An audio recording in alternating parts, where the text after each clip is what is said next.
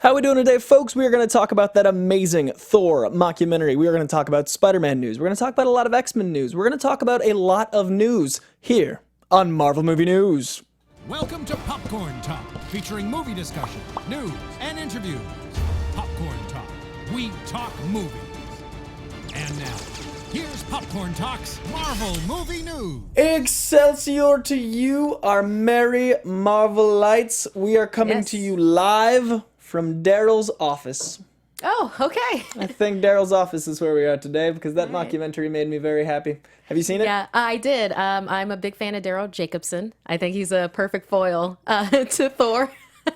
It made me so much more excited about everything involving Thor 3, and I was already so excited. Yeah. It's like a sneak peek. I mean, if you already weren't in love with Thor and, Chris Hemsworth, anyway, Somehow. it's just like, when he had like when you see anybody like and they're trying to figure out what's and everything, and I love like on his wall he's like, here, big purple guy. We're gonna get there. We're gonna talk I'm skipping ahead. First, subscribe to us on iTunes at Marvel Movie News, or find us at youtube.com/Popcorn Talk Network. You can find us through Popcorn Talks Network, popcorntalknetwork.com. Follow us on Twitter at Marvel Movie News PTN or at Popcorn Talk. Facebook.com/Marvel News Show. Follow us, like us, and if you link to our show while we're on the live chat and encourage others to join us in live chat, Doom in the booth. Doom. We'll retweet you. Doom is here. You okay, Doom? Doom Something in your had throat? audio problems. Doom was figuring out the mask. He was adjusting. It's a whole thing. So Poor Doom. this week, I am joined by the ever-lovely Markeia. Hello. You can find me on Twitter at Markeia McCarty, Markeia MCCARTY. And we'll be joined by another guest when he gets through traffic. That started the delay today, folks. We were waiting on the one, the only Alan Sizzler Kistler, who is, dealing with LA being LA. So instead of waiting, we'll push forward. And since it is a Koi-hosted show today, Deadpool. Of course. Deadpool 2, no news. Deadpool 1, it's been out a while, but we found out this week, and this is impossibly endearing for me, that Ryan Reynolds himself paid the writers to be on set every day. Yeah. That's adorable. The quote was that we were on set every day, interestingly. Ryan wanted us there. We were on the project for 6 years. It was really a core creative team of us, Ryan, and the director, Tim Miller. Fox, interestingly, wouldn't pay for us to be on set. Ryan Reynolds paid out of his own money, out of his own pocket. That is... I mean, come on. Yeah, I mean that's what you want. We already knew that he was so involved in the Deadpool. I mean, 11 years of him fighting. I know but to the point where it's like, I'm gonna put my money where my mouth is. Yeah, it's like I need that core creative team, those writers, to be on set. That's fantastic. Like the Keanu Reeves thing where he bought everyone motorcycles in the Matrix, and like I love. Did you hear about that? I forgot about that. Like, that synapse just got reconnected yeah, with you saying that. But that. yeah, he did do that. I love when actors are like, "Hey, I have this because of you guys, and I want to pay it forward, and here's money." Like, I love that. Like, Deadpool is the most obnoxious, crass. Ryan Reynolds is Van Wilder. Like, I love that this guy is all these things, but he's also like devoted dad, good husband, guy who pays his writers to be on set. Hilarious on Twitter. Brilliant. Like, there's man. better lists about his tweets than most people ever have, like, lists. Like, he's just brilliant all the time. And he's also all heart. So, Deadpool paid to make sure that movie was good out of his own pocket. And he wasn't getting paid much. Like, that movie costs less than most catering budgets. Yeah. Like, that's crazy. That's true. And apparently, you already know, like, the second one isn't going to have that much bigger of a budget. Just smart. Yeah, and I like that. He was coming off R.I.P.D. and like Turbo. Like, he wasn't exactly like riding high. Like, I forgot about that movie. In 1 year, he had those two movies. Where he was a Sheriff of the Dead, right? With Jeff Bridges, and then he also played a snail that no one saw. And I saw both because I love the man. But man, that was a rough year. And then to be like, all right, well, I'm just gonna give the right. Like, I love that, and that makes me really happy. So I wanted to share with y'all that Deadpool, it's coming, and it's gonna be just as good. Just love when that passion just explodes everywhere. I'm so excited. And since Matt Key's not here, we still got to mention his boy, and I'm going to follow up Deadpool news with Doctor Strange news. These are rumored, but it is rumored that there might be some ties to Runaways in the Doctor Strange movie. Oh. That's crazy, because we just heard about Runaways being a Hulu show, which would imply a whole connectivity we've never seen. Actually. It's I'm just loving how everything the world keeps on getting exploded more and more, and Doctor Strange has done a really good job of exploding things out for other properties down the line. So it's like, wow, I'm on board. There's also rumors that Guardians is going to connect through it. Like, there's a lot of rumors that Doctor Strange like is going to be the bridge to like the Guardians has always been slightly separate. Like, it's in the universe but not touching, and then Runaways would be Hulu. So if they can use, I mean, obviously these multiple realms, multiple realities, all these parallel universes, what a better way to like tie it all together. Yeah. And that means that they've been thinking about Runaways for quite some time because they're done filming. I think it's just very very clean and simple to tie Runaways into Doctor Strange, and especially. Just because it's Minoru, right, the witch whose daughter is Tina a member. And Nico, is that what you're talking? Yeah, because her daughter is a member of the Runaways. So it's like I don't even know if she's going to be in the movie, but she did appear. The mom, she did appear in the Doctor Strange tie-in prelude comic. Interesting. So she's already around, those are considered, I believe that the term that I used to be used at least near canon was like something that was used around a few years ago at least, but it basically is just like it's canon unless the movies ever want to contradict it. Right, that's funny. We'll figure that out later. We'll sort it through. That's fun. Also rumored that Brother Voodoo and Minoru, I don't know how to pronounce that because I've never heard it out loud. That name there's a lot of names that it's just like I've read it, but I have no idea how to actually say it. Someone wrote it, but I got no auditory. Anyway, those characters, I can say Brother Voodoo, are rumored to also be in Doctor Strange, and I like Brother Voodoo as a character, and I think that'd be really cool to start that kind of magic team like they kind of have in the comics right now, where he's got his own like mystical posse. Yes, if magic's gonna be magic, all Brother Voodoo all day. Yeah, he's incredible. I mean, for a while he was Sorcerer Supreme. Like there was a little bit where he took over the mantle. Yes, that's right. He was. Not going very far ahead. I even like the sacrifice that's involved with Brother Voodoo. I mean, everybody sacrifices themselves every now and again, but like his whole thing with Daniel, his brother, and then like later on with was it the Eye of Agamotto? Mm-hmm. Yeah, it's just like, I'm gonna save you all. There's a lot. My God, Brother Voodoo. Like Brother Voodoo's got a lot going on, especially lately. I feel like writers have really discovered how to use him right, and tying that into this would be great. Yeah, the times change and people's mind expands, and I love characters the idea of, get like, better dimensions. Like voodoo magic, like Louisiana flavored character. Yes. Like I love that world being utilized instead of just like.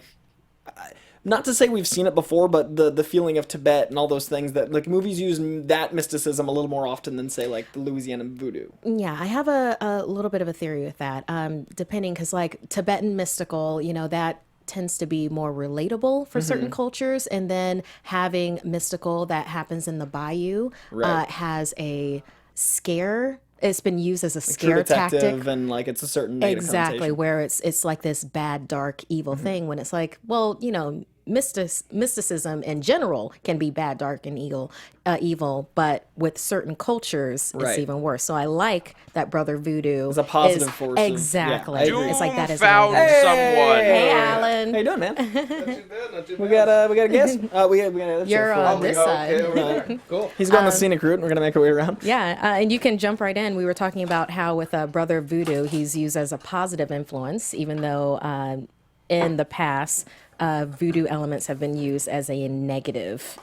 So it's like that's one of the really great things that's coming around. Yeah, like a lot of movies, even recently, what was the one I just saw a movie where voodoo was like this negative connotation because the skulls and the chicken and like the blood, like all those things are always used as like ooga booga. So it's exciting that this character has the ability to be like, hey, this is another kind of magic, this is another kind of magic. Let's show you that like it's all good or all bad. Like it's all we're all moving in a direction. So it's not just all evil. It's got different sides, just like everybody. It's got different dimensions. Right. So it's like he's discover so different. these other dimensions. He's so different than the other characters. That's exciting. And a mystical world would be a really cool way for Marvel to go. So Matt's not here, so I want to make sure Doctor Strange got its love. It's due. No, absolutely. And I mean, it's cool that magic would have different cultures too. Yeah, why wouldn't it? Yeah, I mean, like everything in the world has different cultures, and certainly with the Marvel universe, by universe, you want to explore different aspects of things. And world building like that way. But just the idea of Brother Voodoo is an entire augmented world. Like we build so much with one character. Like pop, this whole thing expansion. Like that's brilliant. Yes.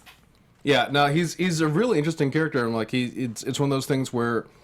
Especially with the time period he was introduced, he should have just been racist. Right. Like you just and expect he somehow him to be wasn't. Like, Yeah. they did a good job walking Yeah. the line. Yeah, but when you think about it, like back when, I'm gonna go into DC a little bit. Sorry, I don't like DC. But like, I posted on my Facebook forever ago with Cesar Romero Yeah. and Yeah. Eartha Kitt, and that was the 1960s. That's And they were impressive. Joker and Catwoman, and it's like, yes, diverse casting has always existed. Not only was it It's diverse amazing. casting, it was painting over a mustache casting, which is the most impressive casting of all. While on Doctor Strange, Dan Harmon has been helping out with. That's thrilling. I love that. Dan Harmon is brilliant, and the multi-dimensional like Dan Harmon trend continues on. I love that. Like he's like, let me do this and make sure this is involved.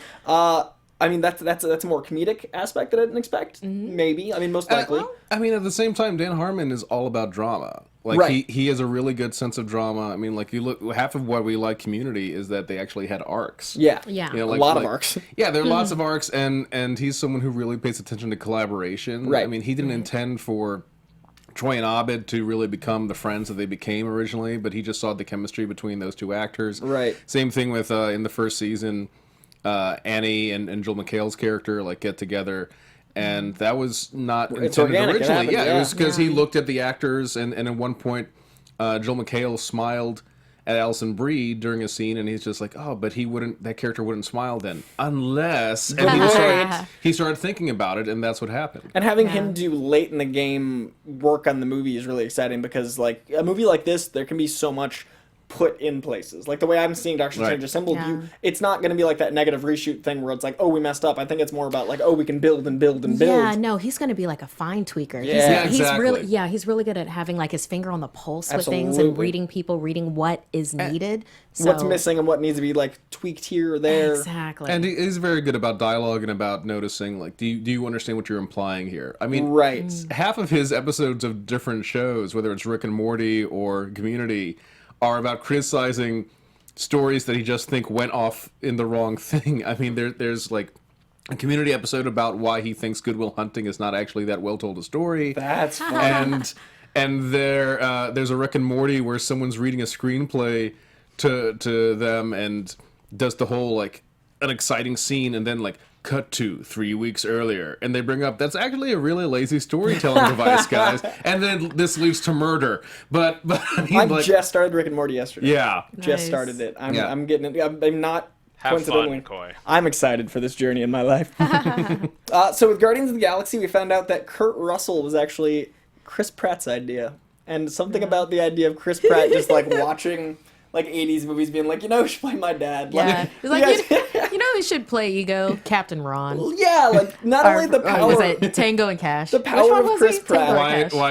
Wyatt Earp Yeah. to be my dad. The power of Chris Pratt to be like to have that kind of like Marvel trusting Gunn and Pratt so much that he's like, sure, it seems like a Sure. great idea, and then it turning real. Like, what a great 10 years ago, people didn't know who Chris Pratt was, and now he's like, I think Kurt Russell is my dad, and they're like, we think so too. Like done. You're That's right, Chris. amazing. The quote was that he was actually not in my head initially, but one day Chris suggested him, and I would have totally really disappointed if he'd said no. Hey, if you have to cast anything, Kurt's a really good way to go. That's true, James Gunn. That's very true. So, not really news, but I thought it was a quirky little anecdote and really funny. Now, Captain Marvel finally has a shortlist for directors, but keep in mind, often these aren't proven or validated, or they might have been a shortlist and then another director came on. So these are all not conjecture, but we're not sure what exactly is going on with them. But 4 directors are rumored for Captain Marvel. We have Nico Caro, who directed Whale Rider, Leslie Linka Glatter, who directs Ray Donovan, and then Laureen Scafaria, who directed Seeking a Friend for the End of the World, which I think is a really underrated movie. If you haven't Oh, seen, it's so good. it's great, but nobody talks about it. I haven't seen it. It's I'll put it really- on the list. It's a quality film. It, it breaks your heart. I don't think people knew exactly what to expect from that movie. Just It was from- early Steve Carell drama. It was early Steve Oh, Carell drama, okay. and I mean the trailers. Yeah, the trailers seemed very divided about how much of the Comedy funny do we versus drama. want to show and how it much was- the drama do we want to show. Steve Carell's drama now, but then he was just coming off a bunch of comedies. I think they didn't really know how to market it because, like, Dan in real life didn't do as well either, and these are movies that, like, Right. Steve Carell's brilliant. So it's something that people should see, and the directing's great, and that gives me a lot of hope for her tone.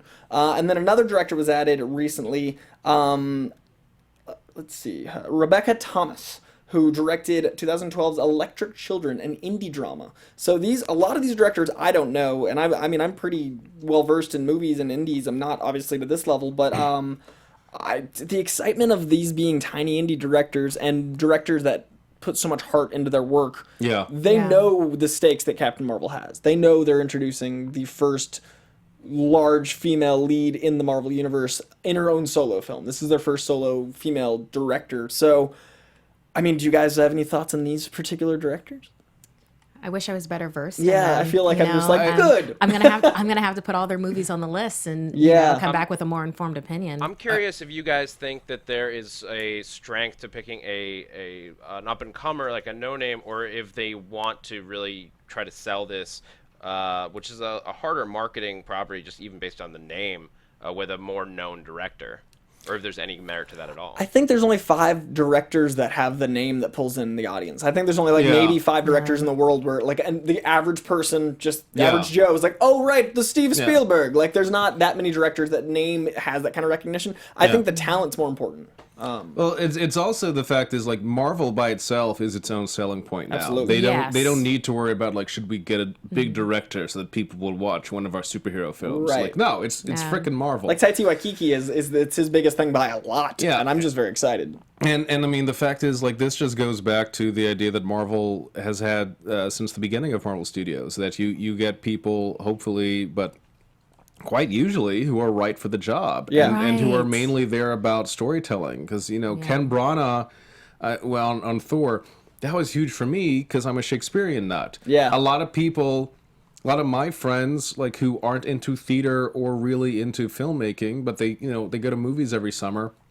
They couldn't have told you who Ken Branagh was. But now, they didn't Like, know no, Hamlet. Like, how can you not know? Like he did this 4-hour version of Hamlet. It's Right, like, oh, right. that sounds fantastic. great. who's Laurence Like, Olivier? What do you mean he's the new Laurence Olivier? Who's Laurence Olivier? And so I think that also there's the fact of, from a power perspective, if you have a more indie director thrown in there, then I think there's an attitude of like, they won't be so set in their ways. We can give them notes. We can tell them maybe this isn't quite working for our Marvel universe. They also focus on character. And that's really important to me, is that you're not dealing with a director who's so used to directing action films that they focus on the action. You're not dealing with no disrespect to either of these gentlemen, you're not dealing with a Michael Bay or a Zack Snyder who is focused on the visual I'll give disrespect aspects. for them. I will stand by my neutrality. I will stand by my disrespect for both of them. I will stand by Doom. My opinion notwithstanding, I think having characters directors whose character work is stronger than their focus is on the character work is more important, because Marvel's built this universe out of character choices, and the character choices are what make the film. And I'd rather see a scene where a bunch of Avengers are hanging out in a farmhouse than I'd rather see a scene about them fighting another gray horde. Well, to piggyback off of what you were saying with indie directors and Marvel being a major name that's going to bring in audience anyway, from a fiscal point of view, if you have an indie director, then you can save a little bit on the budget. But also, Paid in pizzas. making a film like this is also a star maker. Oh, 100%. So you can, yes, they can get paid peanuts for this particular film. Yeah, but Marvel then builds they're going to be careers. exactly. So just saying from that point of view, this is a great choice. Absolutely, it's copy credit meals for big filmmaking. It's just please. But the next one's going to be. But also, it's all of these films that we've talked about from these directors are films where I think about those stories. Like I think about Wave Rider, and I think about A Friend of the End of the World, and I think I can see that translating to a story about this Air Force woman who gets cosmic power, and how does she react to that. I can see all that translating well, as opposed to someone who directed something grim and gritty being put on something that's usually supposed to be idealistic. Right. Then I'm like, really? Is this the right choice? Well, maybe yes, maybe no. We'll see. Well, I have a little more confidence in this. And I mean, Carol Danvers is a Superman level hero in the Marvel universe, in terms of power and idealism and exactly. So and I didn't know Patty Jenkins' work, and man, that Wonder Woman trailer is the best looking trailer I've seen in a long time. If that movie, I'm really excited for that. Yeah, if that movie falls short, it is not because of the director. Right, and if that movie's as good as its trailer, then whoa. They could just play that trailer on loop for me. Seriously, 2 hours of that, I was like, good, more. The thing that the list sort of shows me is that they are going to keep Captain Marvel a fairly lighthearted picture. As was like, I would still love to see a Michelle McLaren entry somewhere in the Marvel universe. I'd love that too. I love her. But as much as I was saying, like, I thought she would be a good fit, this shows me that maybe not for this script. Yeah. Of what they're doing, because she's doing more dark things, let's say. Yeah, I think that this shows a specific tone because what I know of these directors is a very specific tone and it's character based, and that's really exciting. Yeah. Before we move on, need to mention the way we're here today. We are sponsored by Blue Apron today, and you and I both experienced the glory of Blue Apron. Now they have certain things I need to say, but the most important thing before I plug away is that if you go to blueapron.com/Marvel us, you get 3 free meals, not discounted, free, and they're delicious. It's well worth it. Like, did you have a crazy magical journey like I did? I did. You have to check my Instagram. I did most of it on Snapchat, but check my Instagram. I detailed it out. I was like, this is so amazing. I know how to make fresh corn from corn on the cob. I didn't know that before this. Corn on the cob was grilled. It was thrown on a grill and that was it. But now I know how to. Nice. Yes, and I know everything. The pork chops I made were transcendent. I am so proud of my pork chop ability thanks to these guys. It's very easy to follow. They use local farms, local ranchers. That's very important to me. They actually try to keep food coming from people that you want to help, and they actually try to keep food organic and important. It's Whole Foods quality food for not Whole Foods prices. It's delivered to you. It's very simple directions, and it's all from the heart and with care. And these are my words, not theirs, because I prefer to commercial my way, and they're fantastic. Thank you, Blue Apron, and keep feeding America. And if you don't want to do this for you, then get it. Learn to cook and then give it to a homeless person, because then you'll get the knowledge of knowing how to cook, you'll get something for free, and you'll make someone's day better. So that's your other option. blueapron.com/Marvel. Doom recommends Blue Apron for early dates. Ooh. Like early in the day or Breakfast. initial dates? Breakfast dates. Early when you are courting a person you have interest in. Excellent. Wow them early. Now on to our clip portion of the show. There's been a bunch of stuff that came out clip-wise, but first we're going to talk about the Luke Cage footage. Now, it was awesome. Have you guys both seen it? Yes. It's like a very quick little snippet, but it shows the tone so much. And want to cue it up for us, Doom? Let's take a look. Let's.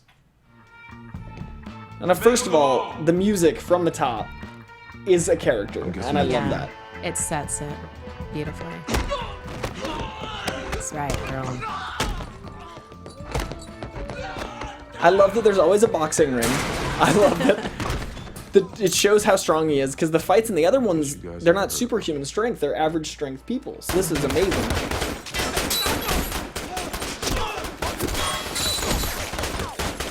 They heard about him. They didn't believe.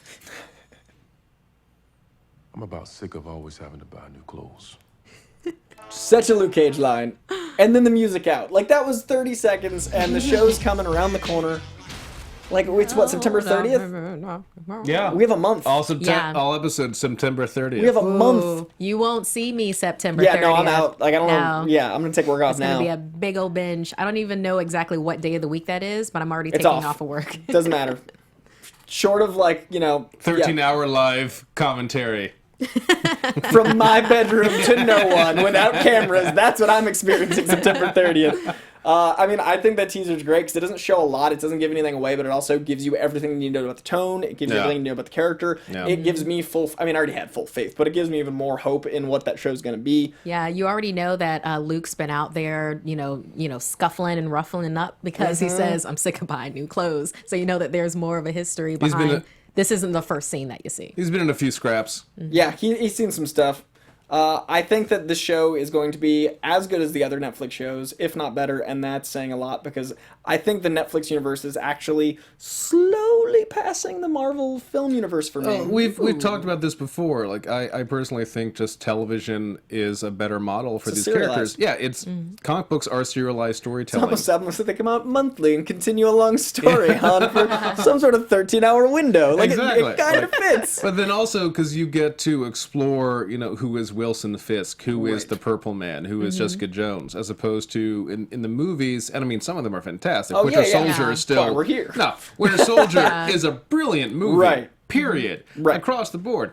But you know, a lot of the movies, like they'll have this task of let's take two really good stories with this character and try to mush them into 2.5 hour period.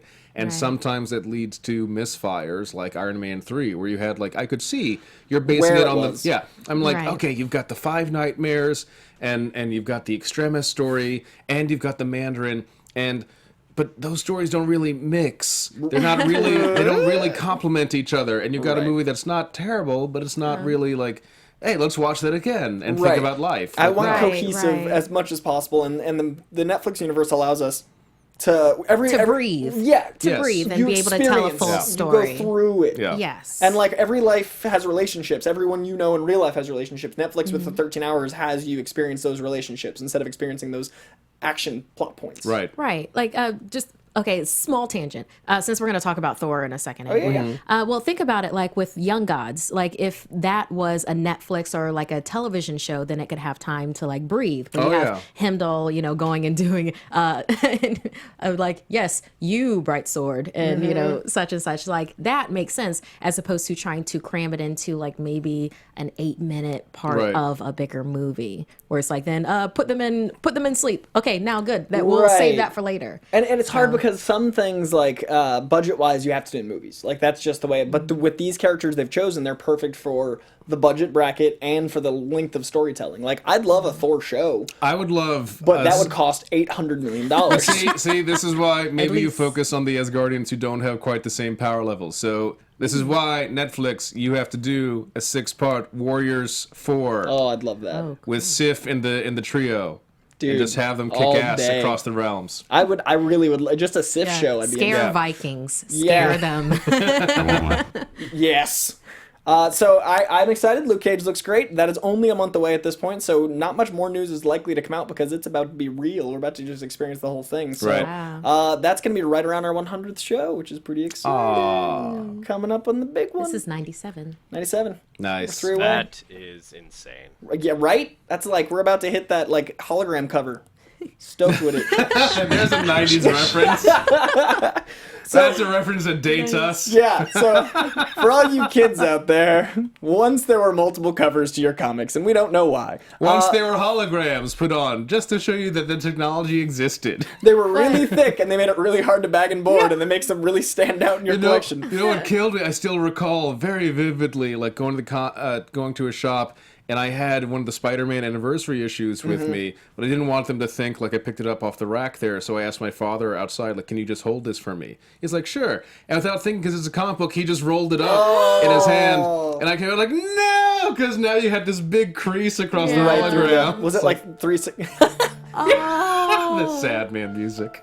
was it 365 or like the cover of the Iron Suit? or? It was It was issue 26, I want to say. Oh, Spider-Man. Just Spider-Man. playing Spider-Man, Yeah. Where he meets who might be the burglar's son. Right. Those Right. 4 issues came out, and those 4 different titles with the hologram, Right. and they were all. I remember those days, guys. Yeah. It Well, sounds like the ultimate variant cover. It's like, Speaking of Spider-Man, John Watts released a very cryptic but very exciting for everyone that's as excited for this movie as I am photo of Tom Holland on set with a green screen, and I'm hoping that's the Vulture. I'm thinking it's the Vulture, that shadow. I can't be sure. This is actually, it's not even that they're going to put in anything later. This is literally the Vulture's lair. This he is just, it. He just loves green so much. He's about it. Because if you were a Steve Ditko villain, you were probably wearing green. That's just... It looks good on page. Yeah, Dr. Octopus, Vulture, Green Goblin, Mysterio, Spider-Man's Electro. red and blue. What compliment? Oh, Yeah. green. What if everyone's Yeah. green? Let's say what's I green. mean, that sort of Yes. became this unspoken rule that if your hero was red and blue, then the arch enemies or the major enemies were either in green or purple and green. Yeah, Lex Luthor, Prowler. I mean, yeah, Cersei. Yeah. yeah, that's true. Yeah. wow. Color wheel, guys. We know our stuff. Complementary. So this picture, I mean, there's not a lot to dissect because there's not a lot we know about it. It's the first thing we've seen official, I think, or one of the first things we've seen official. Yeah. On the set. It's not paparazzi photo. It's, I mean, to me, this says with great power comes great responsibility. That's what this picture says. He does look very contemplative. I think he's pondering responsibility. And then like the clothing is just very average wear, a little bit ragged. Mm-hmm. So Yeah, Spider-Man doesn't come from a lot. So he's, I mean, not a lot to say, but I'm excited because this movie is going to change my life. I'm so ready. That's all I know. That's all I know. So that's going to change my life. So No, I am excited. every frame is just hype. Speaking of which, the Instagram, did you guys see the Instagram post? Yes. Tom Holland challenging Chris Hemsworth, and it's him and his stunt double just doing like flips and being Spider-Man. He's like 19, and He's he's doing Spider-Man. the flippy flippies. He's Well like, done, take lad. that, Hemsworth. Well done. Just growing up, being a kid that did gymnastics, and growing up young enough that Spider-Man is such a fully formed part of pop culture, and then becoming Spider-Man. I can't imagine how cool it is to be Tom super Holland. cool. I can't imagine waking up and be like, I can do flips and jump around. I'm a brilliant actor. Oh, by the way, I'm also Spider-Man. Like that's And getting to hang out with how do you say it? Zendaya. yes. Getting to hang out with her. Did you see the Screen testing with- Instagram video where it's like they're Screen dancing? tested with Robert Downey Jr. and then helped the Punisher film his audition and then gets to film with Zendaya. This guy's life is just, I mean, How great was that the bloopers that came out on Civil War recently, and you just see Robert Downey like, come on, Tom, this is about me now. I was like, oh man, can you imagine like just doing a scene with frickin' Robert Downey and he's just giving you trash talk just to make you feel good? yeah. Like, oh man, and then with Chris like perpetually in a good mood, Evans. Like the happiest because that Boston was their man. other screen test. Yeah. That was their other screen test. He did a scene with Robert and he did a scene with Chris Evans, and like that's absurd. I can't That's fathom that. That's basically your audition. Yeah, what a life.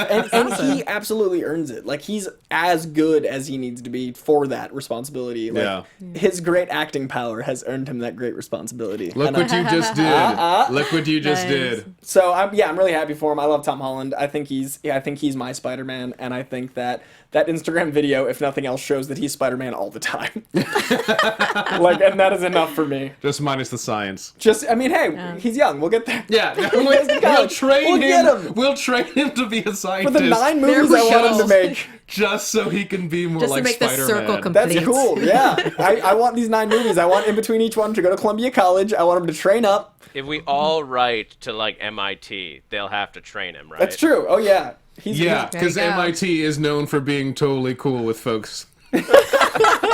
Yeah. Oh, I'm sorry. Zendaya. I said Zendaya again. Bad habit. I didn't hear it until recently. Zendaya. Thank you, Lab Chat. Daddy needs to express some rage. Ooh. Nice. Boom. So we will be moving on to the very fantastic reason we are in Daryl's office today. I decided this was Daryl's office where we're coming from live. Oh, okay. Yes, of The course. Thor mockumentary I didn't get to see until this week because I wasn't at Comic-Con, and my goodness, it's great. It's so well done. It's perfect. so funny. It's just like the tone of this thing. I knew kind of what the movie might be. I knew it was going to be very funny. I knew it would be dry. I knew it would be really surrealist. But like all the jokes I heard about before I saw them didn't seem as funny. Like I was like, oh, Mjolnir's got a little bed in his room. Like, like it felt very like. But seeing it and like experiencing, that's the difference between like a script and a movie. Like the translation of this piece of comedy was so good. I mean, the Mark Ruffalo Thor stuff. I loved that so much. That Where it's like- bromance, I'm ready for. Yeah, where it's like, oh, Tony Stark.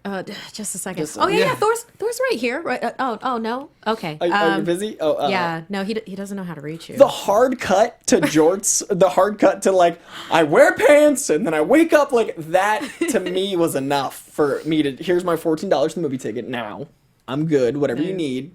As far as I'm concerned, it is now canon that Mjolnir has a little bed. Oh, 100%. Of course he like, does. It is now no, canon. I Or accept she. that it now is canon. That's And that totally, yeah. Mjolnir wears sunglasses because the rainbow bridge is bright. That is Yeah. canon to me. Like, I've accepted. And that Mjolnir has a little Thor. Holding a little Thor. Like, that felt like when I was a kid, I was like 7 years old and I had 2 action figures and I was inventing a backstory, but on screen and with a budget. Like, that to me was like this, but with Chris Hemsworth. Yeah, it was kind of like for Doctor Who people, when the Doctor roomied with, oh God, what was his name? He turned out being the father of Stormageddon, Right. the baby. Whatever. Craig. Craig is Was it the Craig? character's name. Okay. When the Doctor roomed with Craig, and it's just like Yeah, this James Corden. this average person. It's like they're so normal, and that's what Daryl is. And Right. you love Daryl. It's- Hashtag love Daryl. And this, I like the Thor movies, but this to me already, I think the movies being what they were allowed this to exist. If the Thor movies had gone the way that the rest of the Marvel movies had, where they became this like own separate universe. The first one and the second one felt so different that it's okay for this third one to feel wonky. And the way the Marvel Universe is going, that allowed this Thor 3 to be just insane. But also, like, Marvel Studios is such a great thing. This is what you've always got to do in my mind with superheroes, is that you've got to embrace it, you've got to love it, and part of loving it is knowing when to laugh at it and when to poke fun at it. And, you know, like the first Avengers movie, one of my favorite lines is Cap just sitting there and saying, "So your brother has an army of space goblins who are coming to take..." All right. And it's just like, all right, like he just wants to acknowledge, like, this is weird, right? This is weird. You guys Okay, are this is aware? weird. Like, everybody okay. knows it's Okay, weird. we're cool here. Yep. Right. Jessica Jones talking about like the weird guys in armor and with Right. hammers, you know, like you have that feel where it is obviously this is a comedic tone, but it doesn't seem so far removed from Right. the Marvel Studios universe we know. We've already experienced a lot of this. yeah, exactly. So I'm excited. I love the mockumentary. If you haven't seen it, check it out. It's all over the internet, as the internet does. There was also, I mean, this isn't really news, but enough people are talking about it, we wanted to mention it. There was a mysterious woman spotted on set. She's wearing a cloak because that's what you do to hide out on set. I mean, some people were like, it's death, but I don't think so. Well, Yeah, no, because that's no. not a wardrobe cloak. Yeah, that's a cloak of No, hiding that's just wardrobe. she's just But hiding. people are excited. So they're jumping on stuff. I just wanted to, I wanted to mention it. It's not anything. We just know she's probably not an extra because she has too nice of a costume on underneath that. Like, beyond that, we don't know. Do we have the other picture? The one where it's like her with dark hair in the alleyway with Odin and Thor? I did not see that picture. Oh yeah, it's just it's a top of, and it's just like really dark hair, and it looks like it maybe has yeah, there it is. Oh, look at that. Is that it? She's in the upper left hand corner, I believe. Pulling it up now. Okay.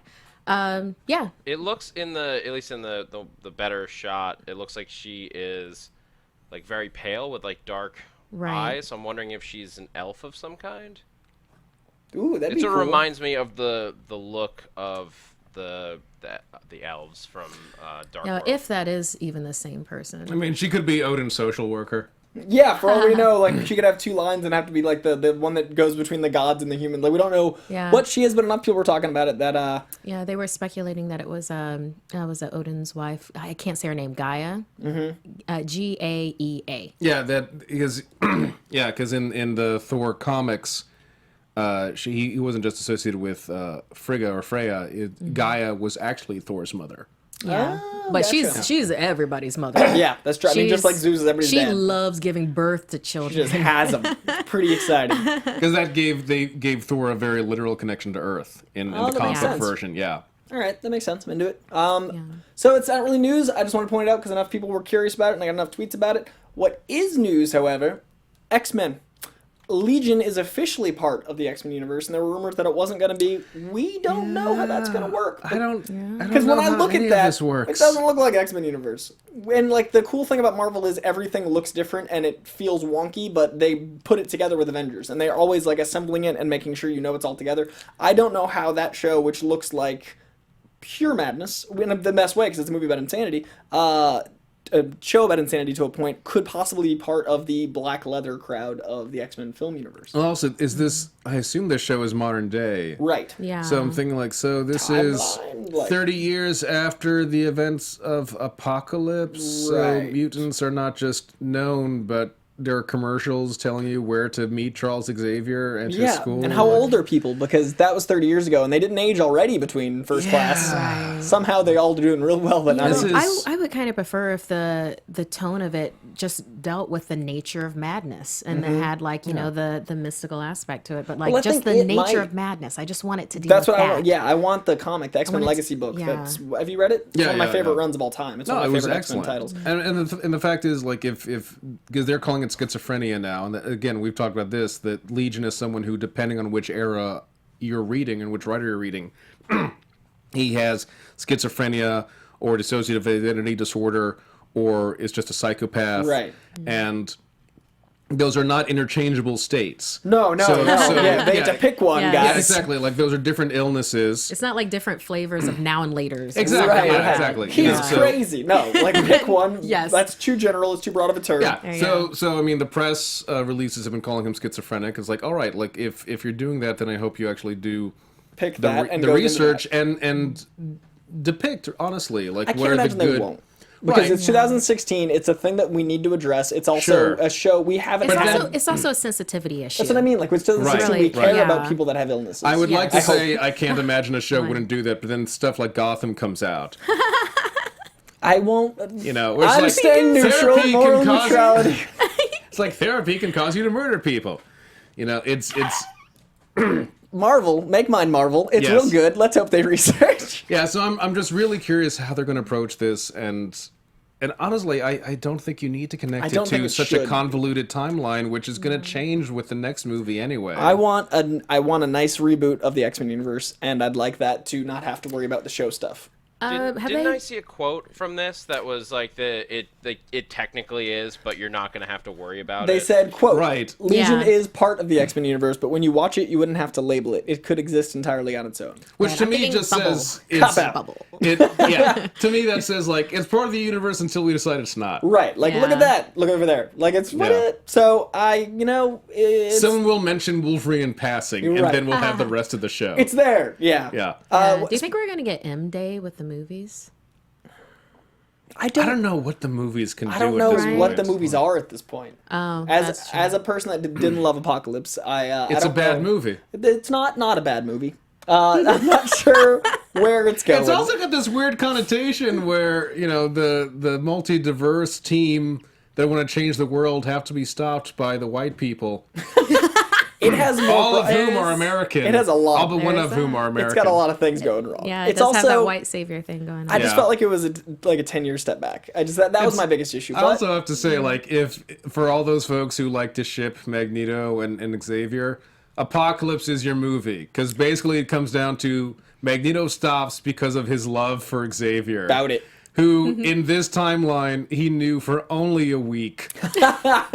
They bros, bro. But clearly, the love Is eternal. The love is eternal. That's what matters. So much Yeah. so that Xavier lets him fix his house and then go on his way, despite having killed thousands of people in that movie. And literally some on camera. Anyway, Yeah. Legion looks Legion looks swell. Now, speaking of X-Men, Anya Taylor commented on her New Mutants rumor, and I love this actress. She was in The Witch, and she was far and away. The Witch was a movie that needed her to be perfect, and she was. The movie is great because of her, and she is so surreal and ethereal and magical and powerful, and she might play magic. She said, quote, I think the world is really fascinating. I'd love to be a part of it. It would be wonderful. Now, on one hand, this is an actress saying, yeah, I'd like to be cast in a giant franchise. On the other hand, this is an actress that is rumored for this role, and I think would be perfect for this role. And I love Magic the character, and I love this actress. So, for me personally, that's really exciting. Magic is a character that has so much going on for her, that could be so much, and this actress is strong enough to make the choices well. So do you guys know her work? Do you guys know the character? No, not really. I haven't seen The Witch yet. She's brilliant in it. Yeah. It's unbelievable what that movie was able to do with so little, like, in the way of, it's a movie set in, like, colonial Salem, and, like, it actually feels like that. Right. So it's, like, very natural lighting, very minimalist use of CGI, which is what I like in horror, and Yeah. Well, obviously. it's literally a movie that's set around the fear of the unknown that manages to keep you for 2 hours and use old English, and this is, imagine being a kid trying to be like, I'm like 16. I know what the mall is. I don't know what we don't grow up in the woods anymore. I don't know what it's like to live in the woods. This Thank movie, God. right? This movie felt like she could do that. I mean, where would you do your shopping, dear boy? well, all the lights. Where am I? Because Blue Apron doesn't deliver there. How are you doing this? No, but like the idea of like that time frame is so far removed from modern culture because we've Yeah. exponentially improved our quality of life. She made me feel like she knew that world, and if she can do that, then I Yeah. feel like she can make me feel like she knows hell. Okay. Is Yeah, my, is my that's- point. Yeah, Magic's got some got a lot to carry with her, like emotionally. Because I mean, if you stick anywhere near the comic book idea, it's this person who starts off as kind of an average girl, though her brother is a mutant hero, and then goes away for years from her perspective in this hellish dimension, learning dark secrets that make her powerful, but that also a little off. yeah, they corrupt her. It's Right. it's a corruptive thing, and it's you're trying to stay as a good person despite being surrounded by corruption, and the only mentor you really have I mean, she has a couple mentors in there. There's like evil Nightcrawler in there. Right. There's also a good version of Storm in there and all this jazz. And so you've got these different influences vying for control over you. And she comes out as this sword-wielding teenager who's a mutant, but then even to the mutants, she's weird because she's got this magic and Because of mutant. magic. Yeah, she's got this magical, demonic stuff around her. Armor forms around her when she starts getting pissed. And she teleports back and forth to hell in the middle of stuff, just like as you do. Yeah, and I mean, if I you forgot can, something. if you can rock it out, I would love to see her sort of be the Buffy of the team. 100%. And this actress, I think, could be. And I was really impressed with her in The Witch. For later in the article, it said Maisie Williams is being Rumor for considered for. Wolfsbane? Yeah, that's been I the rumor like for a while. that. If you can do that Scottish accent, go for it. That's true. Yes. That's very true. That's But then I important just to me. adore her. She's got to be Scottish. That's the only. very well, she important. has to be. Underline. The only question Learn the is, accent. will Magic dress like this? Or like this? The second one. Will she do typical X-Men uniform? Or the last 10 years of full nudity. Yeah, like weird sort of Britney Spears 10 years Yeah. ago costume. Very confusing because That's sometimes... very funky for a 16-year-old. Yeah, sometimes they're like, she's a teenager. I'm like, I don't know if I should be reading this. And then other times she's like an adult. I'm like, all right, I feel better. That's the comics in general. It's like half the stuff with Supergirl. Like, oh man, Supergirl's looking really... She's supposed to be 16. She's a child and You cousin of are terrible artist. Terrible artist. Inappropriate. This is one of the reasons why I like Gila. I mean, going back to like Thor again. Yeah. This is one of the reasons why I like Gila because it's like, I love form fitting. I do form fitting all the time, but it's covered. Yeah. It's covered form fitting. Form fitting makes sense because it shows the strength and it shows the power. And Right. The muscle full definition. nudity just shows that she can get stabbed. Well, I mean, it's what would make sense for the character. Like oh, if that were It's so hot to fight. like Emma Frost, like her outfits make complete sense for part of her Emma character. Frost. Yeah. Because that is so her manipulation character. is like totally. Well, exactly. That's her power. Yeah. She is in power there. You know, whereas Magic, when she's dressed like that second costume we saw, it's like, no, this is not something Magic wears to like rock herself out. This Yeah. is the artist thought she'll look hot in this. She's blonde. That's Do a this. different. Yeah, that's a Yeah. different thing. It Yeah. doesn't add anything to her power or her character. So we assume she'll go former, and I love the actress. I love the character. Let's hope it happens. Moving on to the Avengers. It would seem that in the next movie, Steve Rogers will not be Captain America, which makes sense from the end of the movie. Spoiler alert, if you haven't seen the end of the movie, Steve Rogers bequeaths the shield to the world. Like he gives it to Iron Man because it says it's not his anymore. Iron Man says Well, it's not his Iron Man anymore. says, Yeah. he's like, you don't deserve that Right. shield. So that's America. It's Captain America is no longer he's Steve Rogers now, which could mean he's, any of the various characters he played when he wasn't the Yeah. Captain America, which would be really interesting if it becomes the Nomad or something. Right. I really enjoyed that part of the film though, because it's like, that underlying conflict of the entire film where it's like freedom versus security. Yeah. It's something that we deal with now. And it's like him, agreeing and giving over that Giving shield. I over was his like, security, accepting his freedom. exactly. That movie is so good. I love Civil War so hard. Like I think Winter Soldier is the best comic film. I think that Civil War is the best comic on screen. Like it felt like Yeah. a comic, whereas Winter Soldier felt like a film about comics. Right. And I loved watching a comic. Yeah. Like I was just like, this is what I wanted in the 90s, and I Yeah. was just clappy happy. So he said, quote, Hashtag clappy happy. yeah, I just pulled that out of my butt, and I'm pretty proud of it, clappy happy. They said, quote, I think him dropping that shield is him letting go of that identity, him admitting that certainly the identity of Captain America was in conflict with the very personal choice that he was making. That's true, and that sounds like the Nomad to me, and that sounds like a good time. I mean, it also, I could easily see it as becoming an excuse to wear the black 80s captain uniform. oh, yeah. Because- Was it 'cause U.S. agent or captain? It later became U.S. agent, Okay. but when Steve wore it, it was the captain. Because it was his way of giving the middle finger to... To America. Yeah. Because if you're not familiar with the story, folks, Captain America No More, in the early 80s, there was a story where the Committee of Superhuman Affairs... who later came up with the Mutant Registration Act and things like that. basically told Captain America, "Look, it's nice that you've been a superhero, but technically we made your identity. We made this. We being the American, we being the American government created Captain America. Yeah. So if Captain you're going to America, continue, TM. Yeah, TM America. if you're going to continue using this identity and using this role, then you need to start becoming a true agent of this administration and this government, where you go only on our missions and you do our agenda." Yeah. And you don't go off on your own or You're a federal defy agent, orders and effectively. stuff. Right. Yeah. And if you can't do that, then you have to turn in the costume and shield. And after an issue of soul searching and talking to people, Steve decided, no, I don't represent one government or administration. I represent an ideal, and I don't trust you guys, frankly. So here you go. But then he went off and continued to be a superhero, just in a black version of his own costume. Is like, fine, I'm not Captain America, I'm just the captain. Because I'm still a captain. I Deal still with earned it. this. Deal with it. And got an adamantium shield from Tony. I would love that. And so, like, I could see him later showing up in, like, that kind of, I'm referencing where I came from, but I'm not Captain America. Like, I'm sort Right. of this shade of it or whatever. I'm but still really, an authority figure for myself instead. I'm still Steve.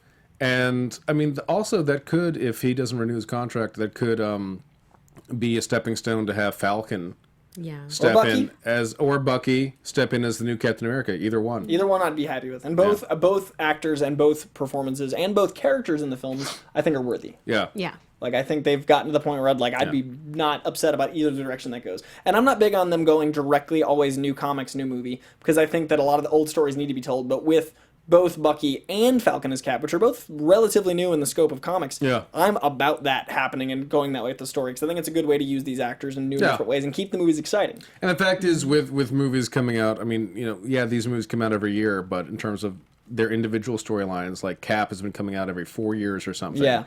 So you just, as much as we love a lot of the stories, like we're not going to see certain stories. We're at this point, I don't think we're going to see the Masters of Evil doing the siege in Avengers Mansion. I'm not sure we'll get Serpent Society as much as we won't get Serpent Society. We're not going to get Under Siege. We won't. It just yeah. So now, when I'm does fine my with them Clone progressing. Saga movie go? You know what? When do I get my Ben Reilly and Kane? Go to your room. When's my boy?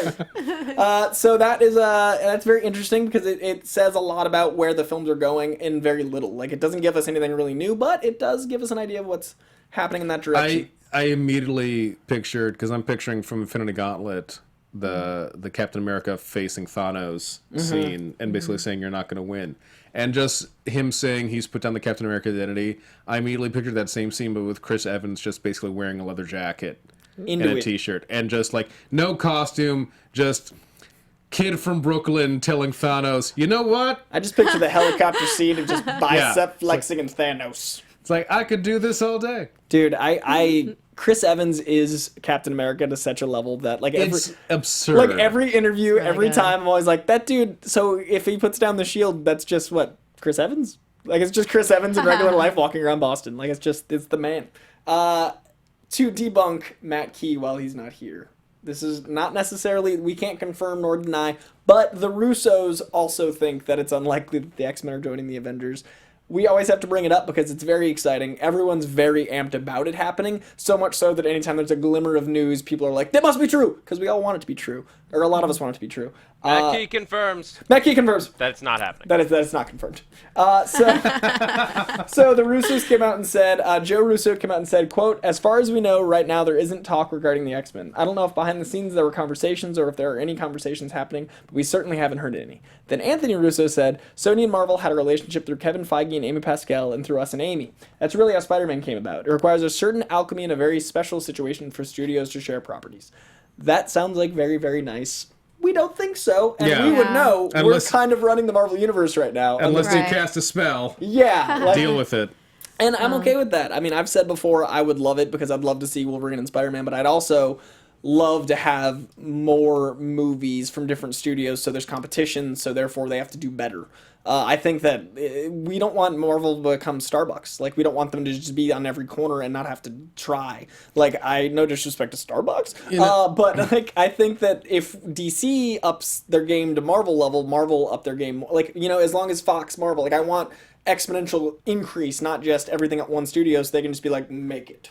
Personally, I mean, when I remember when the idea that they were going to be separate universes like really disappointed me when I first realized that years back. And as we've begun exploring it more and more and more and seeing the different sides, and now we have a fully realized MCU in a kind of broken, band-aided together X-Men universe. I don't know. The more I think about it, like I kind of enjoy them being separate. But then I started thinking about, I've also loved Fantastic Four and all this jazz to be in the Marvel Universe. Right. And I started thinking, I was talking with a friend of mine, and we started thinking about if I were in charge or something, I would actually go for certain things being a period piece. So, like, if I brought in the Fantastic Four into the Marvel Universe, I would keep them in the 60s. Because it adds a totally special flavor. It just has a great flavor with the space race, and then you have Reed Richards as someone that Tony Stark grows up emulating. Right. Not that you have these two,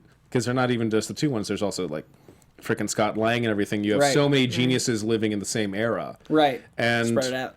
You spread it out, and then also like the very first X-Men movie, like this is another reason why the timeline got so messed up. The first X-Men movie is not supposed to take place in 2000 when it came out. It's supposed to be the near future, and Bryan Singer used to say he imagined it took place in 2015. Right. And so in my Suddenly head, we're there. Right, suddenly we're there. And I used to and I was thinking about this way, if you do them as different eras, like I would sort of love that as like the X-Men could just be 20 years after the events of Avengers or something, where they could be yet the other generation, where like you're just getting enhanced humans in the Avengers era becoming more prolific. And then that could actually lead to mutation. I love the idea of the miracle children. You could have miracle children and then their children mutate, and then those are your mutants. You literally could allow the canon to be that. Well, like all these cosmic items are being used, and God knows it's gonna change some stuff. After That's effects. going to change some DNA. Yeah, exactly. You know that is. Yeah, and I sort of loved that when that idea that more modern comics have been doing, where there's some event that causes ripples like that.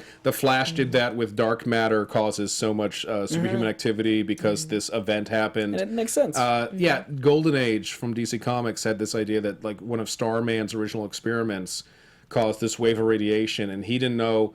It seemed to be benign, but then years later, people with great speed and great strength started showing up, and he was like, "Oh my God, did I do this?"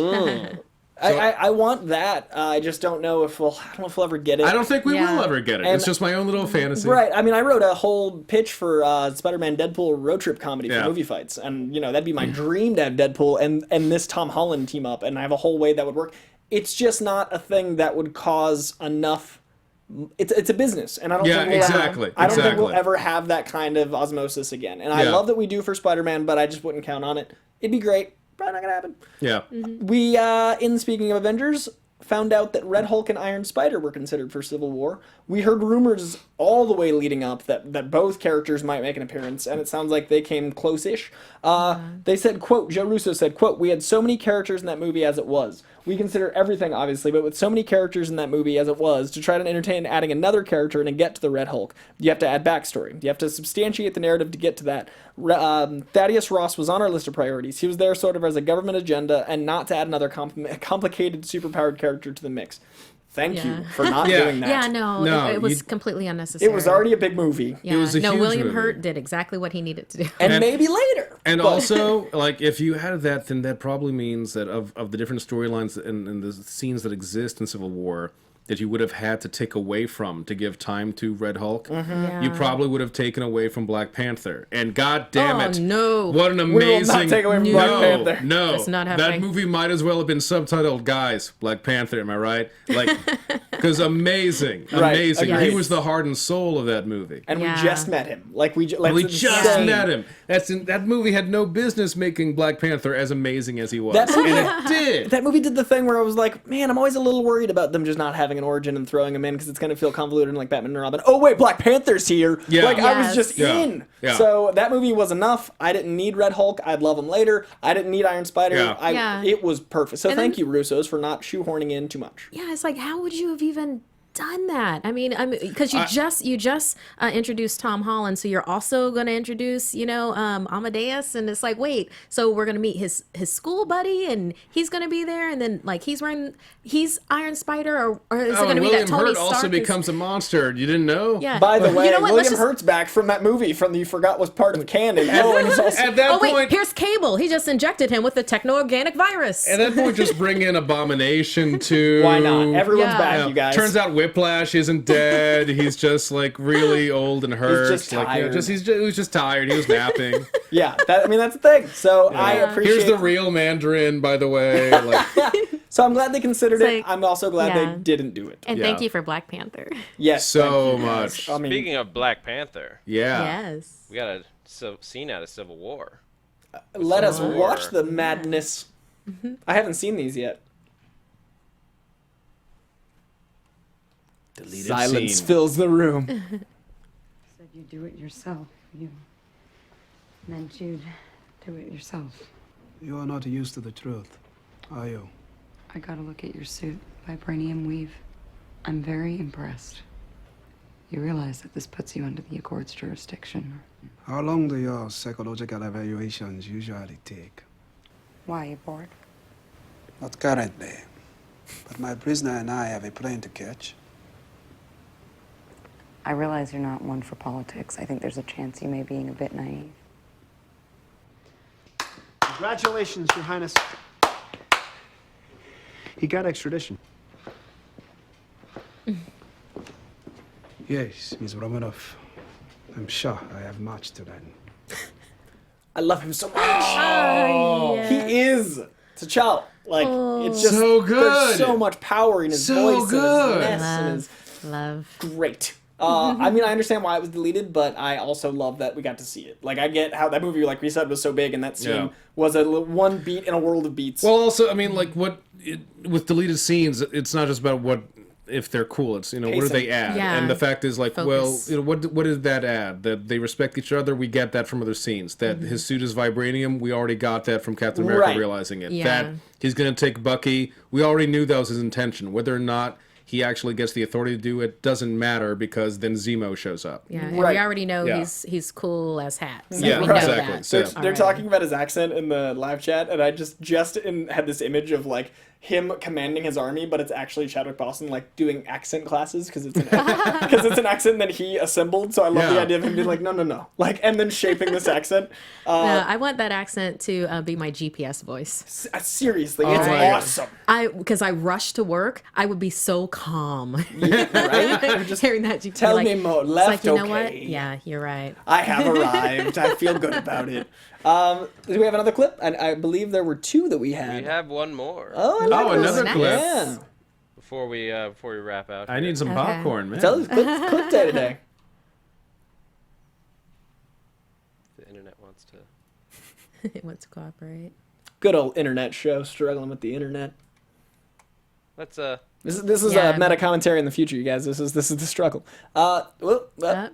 So I'm excited about the idea of getting a fully formed Civil War release where we actually get to see the deleted scenes because I can't imagine how much there is. So I'm hoping there's actually a few more. I think there's like 5 or 6 total that have been like talked about. So having the 2 out online is a great way to tease the excitement of this thing. It comes out September 13th, if I remember correctly.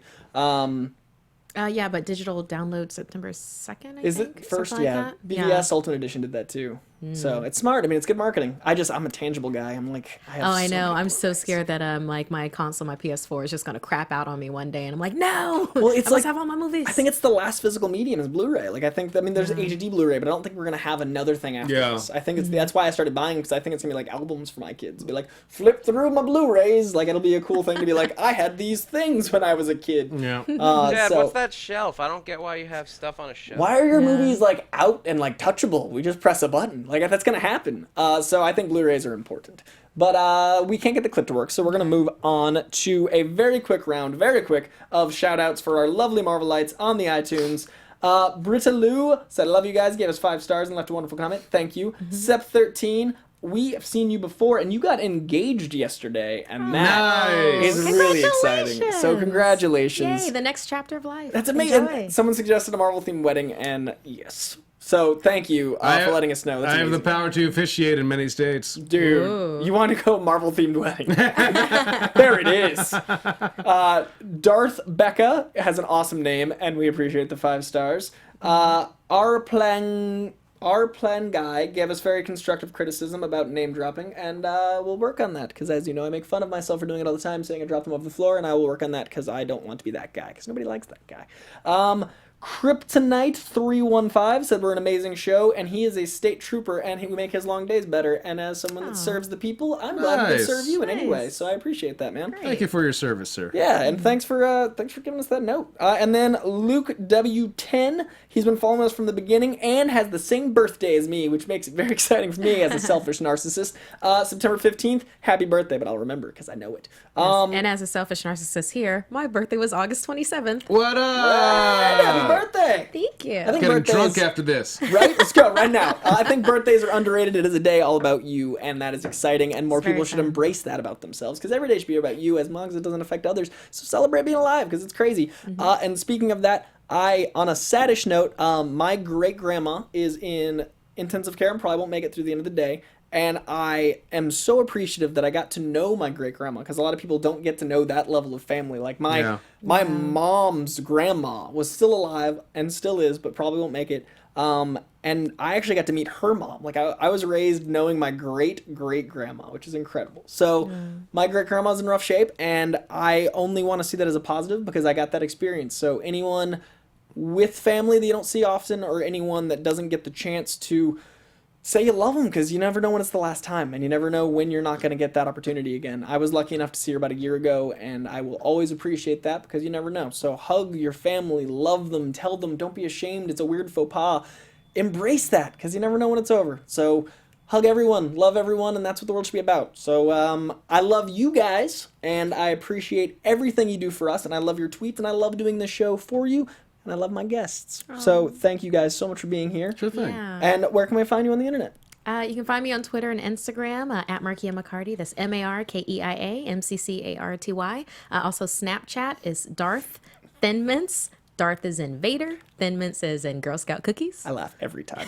I love that Snapchat. And if you really enjoy live comedy, I am guest starring with an improv troupe called The Revengers. And this Saturday at Pack Theater at 7 p.m., it's Pay What You Can. I am going to be improvising a villain origin story with them, complete with splash pages and Already sold. Yes. So, hey, come out for that. Rad, that's awesome. Sir? You can find archives of my work at alankistler.com. That's KISTLER.com. You can also find me on Twitter at SizzlerKistler and on Instagram at AlanSizzlerKistler. And you can find Captain America vs. Iron Man, Freedom, Security, and Psychology in bookstores and Amazon, which is a collection of psychological essays on the characters. And I co-authored one of them. And Doctor Who History, my New York Times bestseller, is still out there on Amazon and Barnes & Noble. Growing up, New York Times bestseller was like this like it's such a thing, and like to no one, it's awesome, man. Congratulations. For 1 week. That's amazing, Hey. dude. That's incredible. I mean, that's like, There's no asterisk next to hard- W. No, it's true. you know how hard it is to get published? You got one on the New York Times bestseller list, man. So you can find me at Koijandro, COYJANDREAU, on Twitter and Instagram. In the coming months, I have a film that's going to be in film festivals called Vane. That was a 360-degree virtual reality experience. That's awesome. So if it's anywhere coming to you, I'll let you guys know. And in October, we're doing our Rocky Horror Hipster show again at 3 clubs, and you can check it out. It sold out in 4 minutes each show last year. So for live theater to sell out is crazy That's in LA. fantastic. Nice. So I'd Congrats. thank you. It's amazing. That's So I'd love to meet you fantastic. guys, and I hope you guys can make it. But that's not in October, but I'm just starting to rehearse, and it's crazy. So this has been an amazing show, and I love you folks, and we will see you next week on Marvel Movie News. From producers Maria Menounos, Kevin Undergaro, Phil Svitek, Kristian Harloff, and the entire Popcorn Talk Network, we would like to thank you for tuning in. For questions or comments, be sure to visit popcorntalk.com. I'm Sir Richard Wentworth, and this has been a presentation of the Popcorn Talk Network. Views expressed here All right, hey. All right, good job, guys. Let's just not come in tomorrow. Let's just take a day.